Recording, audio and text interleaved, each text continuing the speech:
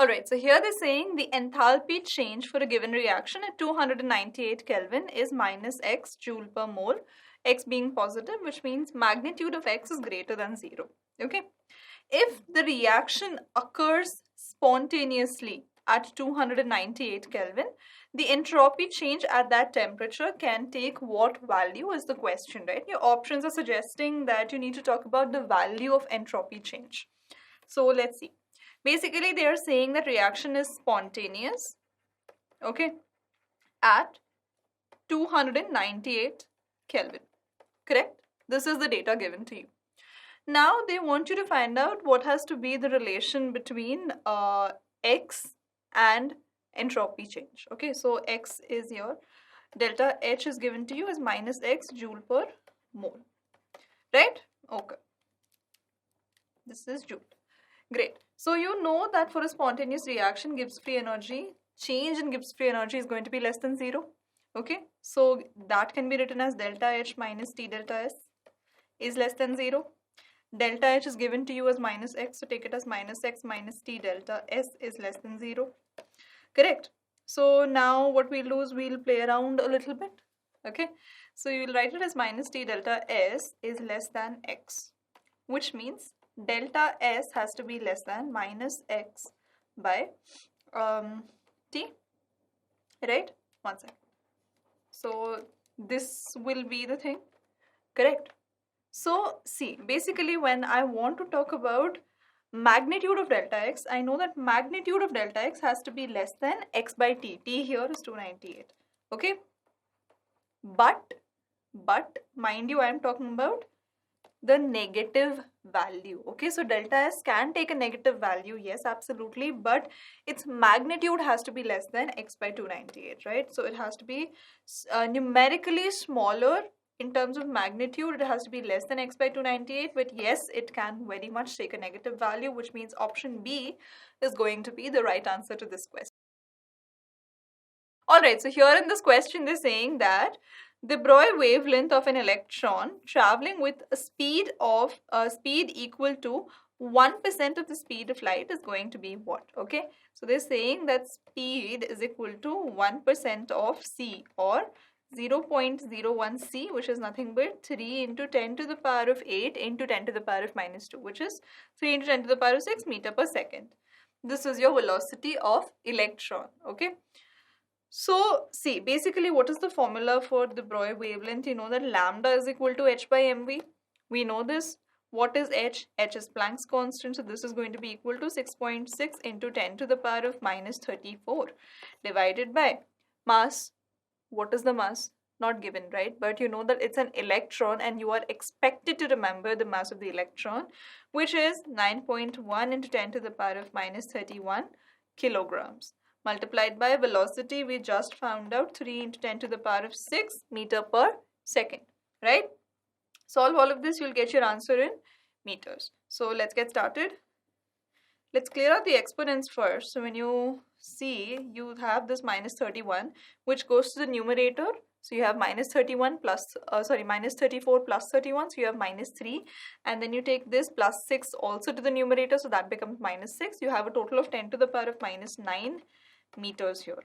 Okay, so now you have 6.6 divided by 9.1 into 3. This will cancel out once. This will go 2.2 times. So you have 2.2 into, see, you have 9.1. Okay, so when you do 2.2 by 9.1, I can say that the value, the quotient that you get will be slightly greater than 2.2 by 10. Okay, so what I'm trying to do is I'm going to approximate this to 10 by saying that my numerator will increase slightly. So I'll write it as 2.3, 2.354, whatever you want to write. Okay, let's say I'm writing 2.35, okay, into 10 to the power of minus 10 meters. Okay, see, here I'm not calculating, I'm just eyeballing the value to give you like an overall ballpark figure of it. That's all. Like, I'm not giving you the accurate figure. I'm just trying to give you a better understanding of how to proceed with such questions. Right? So you have 235 into 10 to the power of minus 12 meters, which means this will be 235 picometers. Right? Now let's look for the options. I want 235 picometers as my answer. Here 400 picometers, far enough, you can discard it. 120 meters, now that's a lot, right? That's a very large de Broglie wavelength. That's not acceptable. Also very far from our answer. Option C, 242 picometers. Yes, this is very close to 235 picometers. I'm considering it.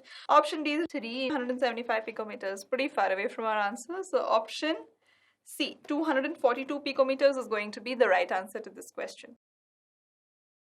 Okay, so here they're saying that the ionic conductance of which of the following is the highest, right? So you have Li plus, Na plus, K plus and Cs plus, all of these in their aqueous form or the hydrated ions are given to you, okay? And they're asking you about the ionic conductance of these hydrated ions. So how do you go ahead with this question? See, basically you need to remember that what happens when you put an ion in water. Okay, let's say you have your normal Na plus. Okay, you released it in water, or you just put NaCl in water and it got hydrolyzed.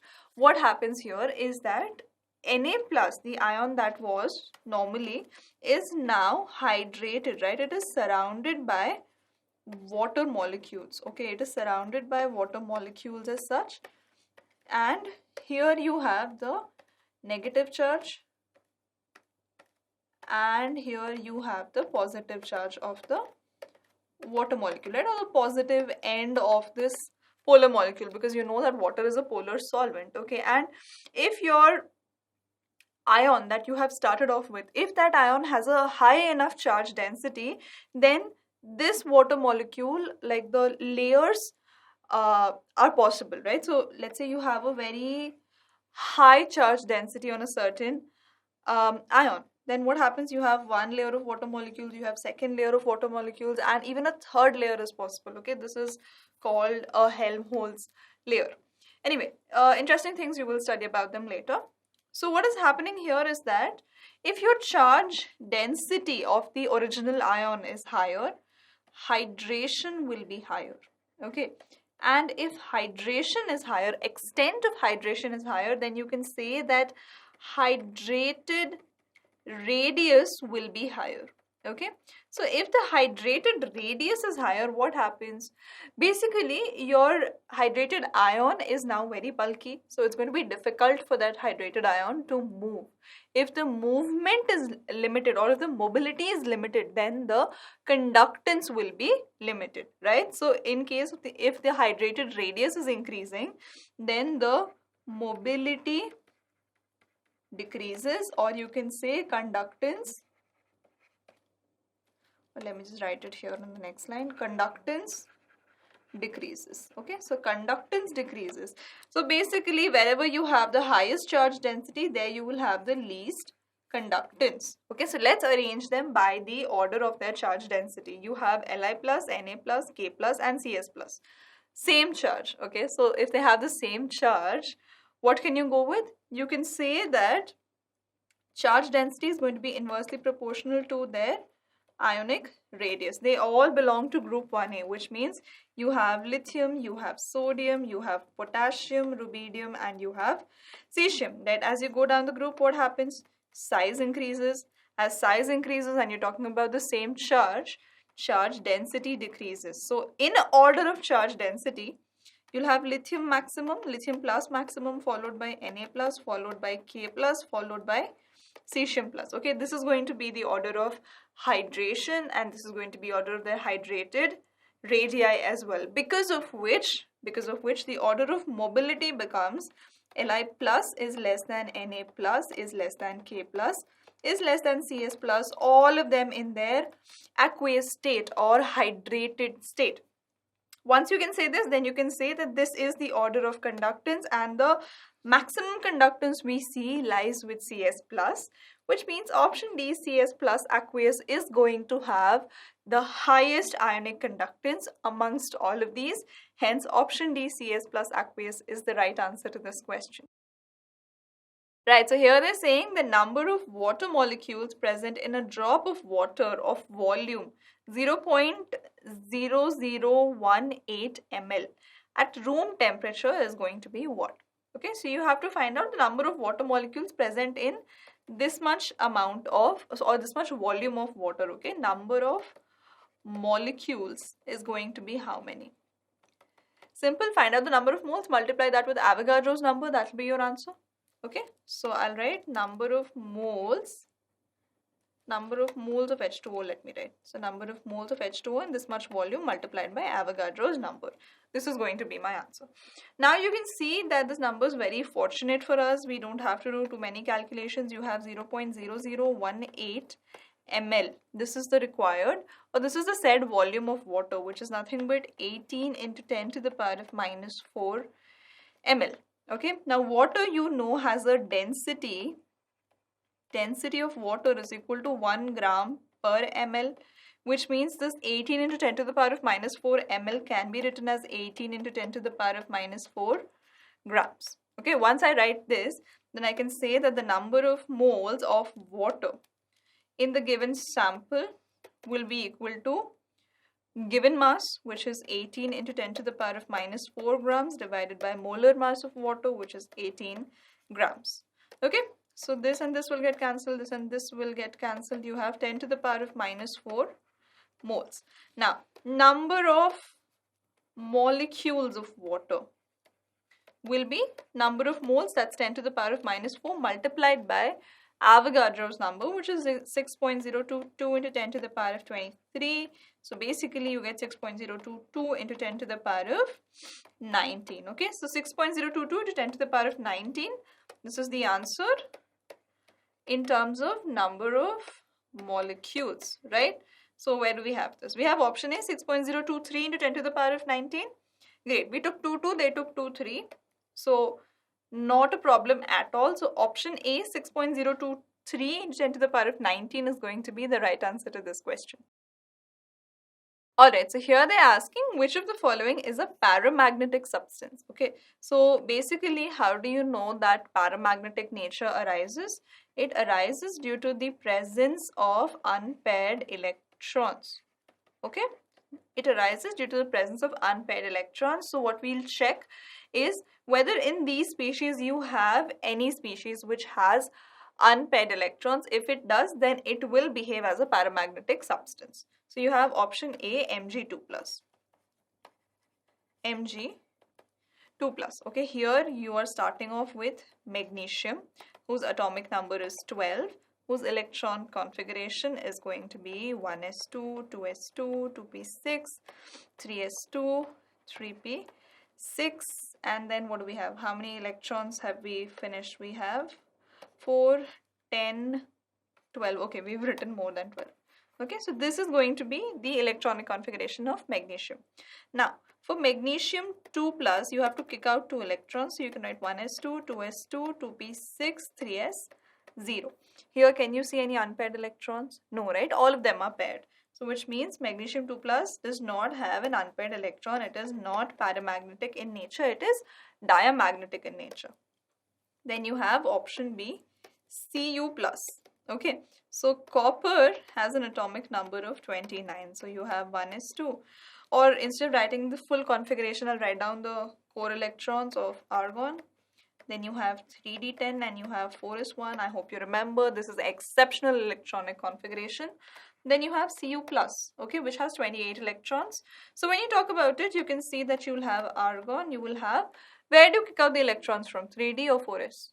4s, right? Okay, this will be 3d10, 4s0. Yet again, there is no unpaired electrons, which means copper plus is also diamagnetic in nature. Then you have option C, Mn7+. Interesting. So let's see, manganese you have. What is going to be the atomic number of manganese? It's 25. So for 25, we'll write argon 3d5, 4s2.